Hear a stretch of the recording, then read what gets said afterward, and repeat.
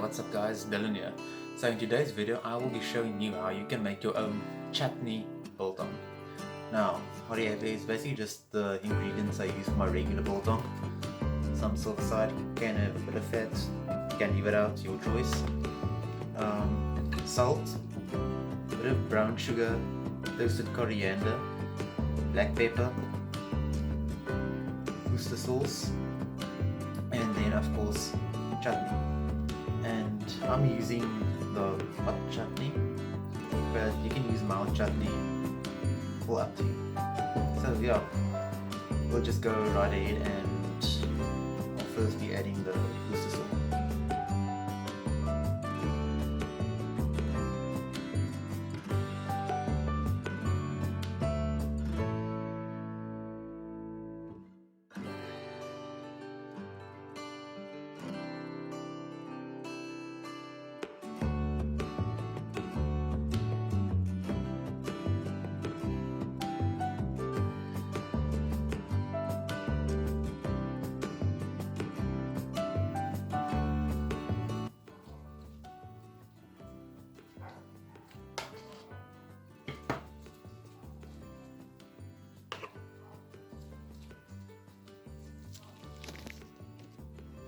Alright, and you can just go ahead and mix all your spices in.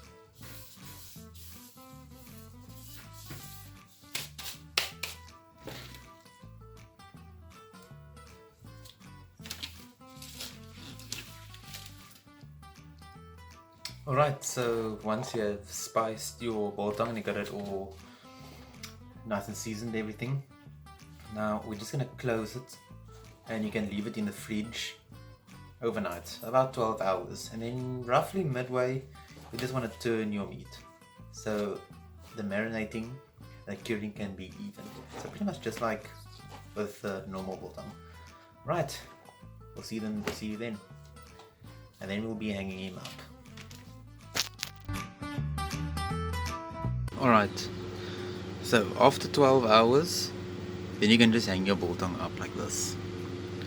You are aiming for about a 50% weight loss, that is for soft biltong, but if you've been making this long enough, you don't really need to measure it. I just go by feel. If it's like,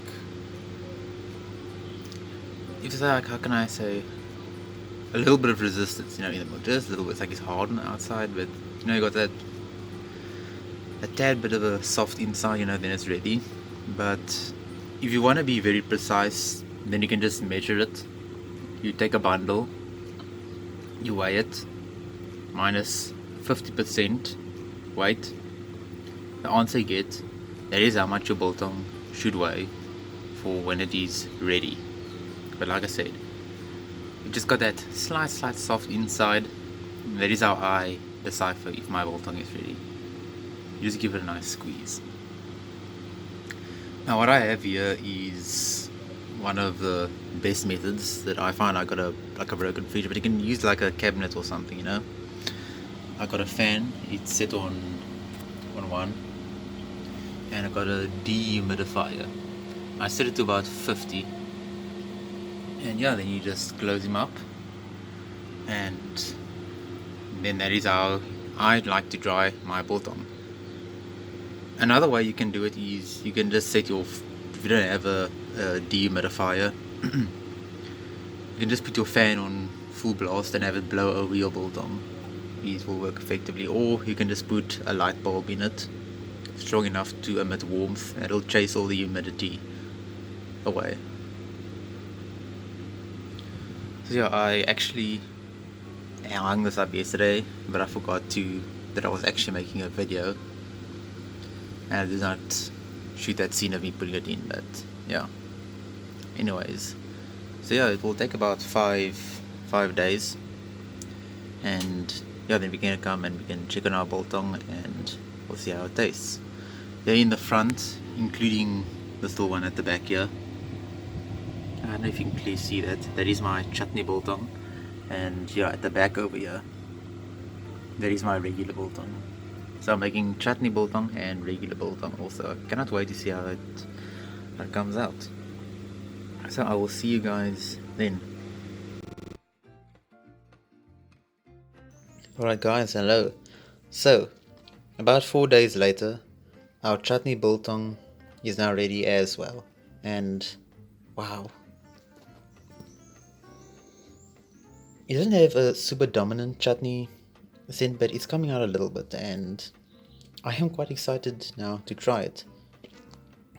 As you can tell, the moisture level is just beautiful, or should I say the dry level. You can see that it's not totally dried out. It lost about 50% of the weight, which is just where I like it. It's still nice and wet, but not totally raw.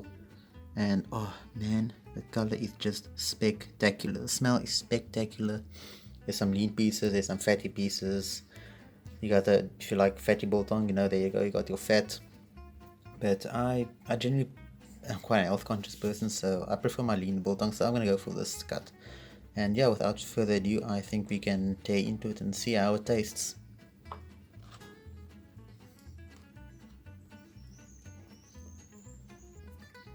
Wow.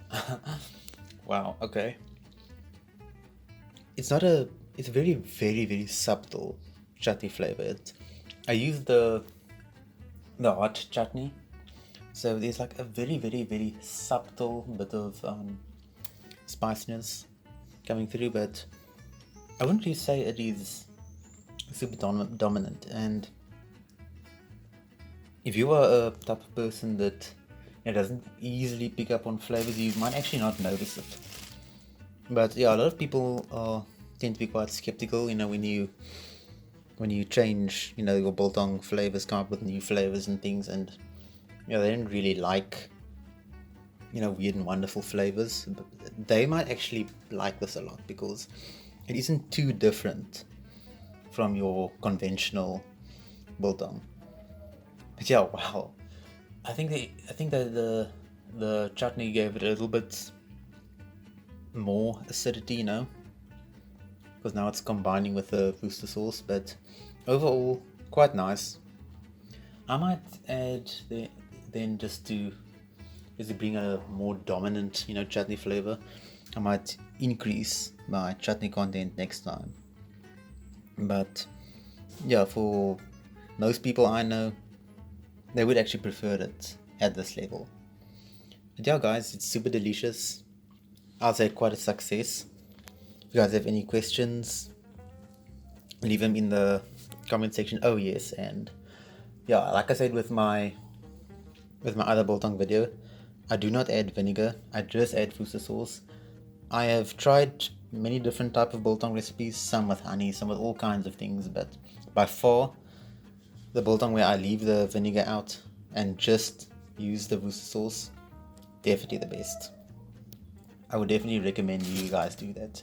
Please guys, try this recipe. Right, so yeah, overall the chutney doesn't really actually come out very prominently. Like for me, if I had to just eat that biltong and you didn't tell me that it was chutney, I wouldn't really say it's chutney biltong. It's quite interesting actually. What I've noticed with the chutney sort of does is it, instead of giving it like a fruity, spicy type taste, it brought the acidity out a little bit more. Because now we got the Worcester sauce and the chutney, and it sort of actually acted as a flavor magnifier. Like it brought the flavor of the biltong, it it enhanced it, which I thought was very, very interesting.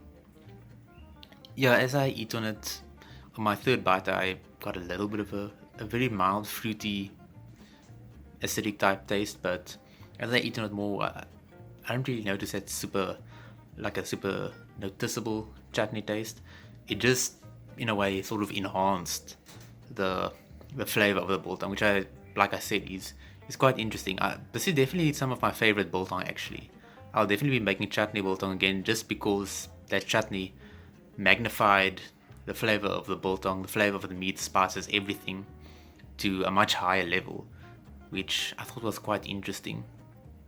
Like it's a very fascinating element actually, and I think that has something to do with the fact that chutney, there's a lot of flavors going on there. You've got all that fruit, you've got so much sugar, so much spices and things. I think the way that it is, made and how it reacts with food has something to do with the reason that it magnified the flavor of the meat. And I've used chutney a few times as a marinade, when I braai, and it does magnify flavor. So yeah, it's quite a fascinating ingredient, and yeah, like I said, I'm definitely going to be using it in future biltong recipes, and I highly recommend that you guys also try it and tell me what you think about it, because I thought it was quite fascinating. And yeah, I'll definitely be doing it again, and I can highly recommend it. It is super delicious. It's a fascinating biltong. Try it, and if you guys have anything to say, leave it in the comment section. Leave a like, subscribe, share, and I'll see you guys in the next one. Bye bye.